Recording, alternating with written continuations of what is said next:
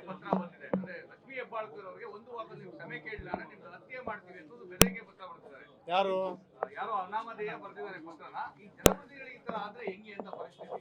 ನಾನು ಅದನ್ನೇ ಹೇಳ್ತಾ ಇದ್ದಿದ್ದು, ಜನಪ್ರತಿನಿಧಿಗಳಿಗೆ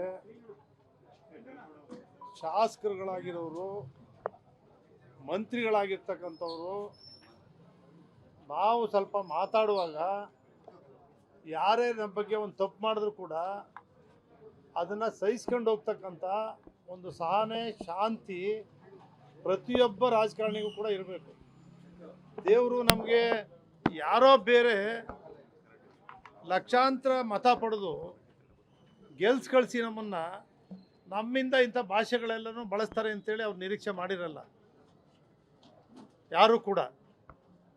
ಯಾರು ಅನಾಮಧೇಯ ಪತ್ರ ಬರೆದಿದ್ರೆ ಅಂಥವನ್ನೆಲ್ಲ ಮಾಡಿ ಸಮಾಜವನ್ನು ಹಾಳು ಮಾಡ್ತಿರ್ತಕ್ಕಂಥವ್ರನ್ನ ಜೈಲಿಗೆ ಹಾಕ್ಸ್ಬೇಕು, ಪತ್ತೆ ಮಾಡಿ ಕೂಡಲೇ ತನಿಖೆ ಮಾಡಬೇಕು, ಅಂಥವ್ರನ್ನ ಜೈಲಿಗೆ ಹಾಕ್ಸ್ಬೇಕು.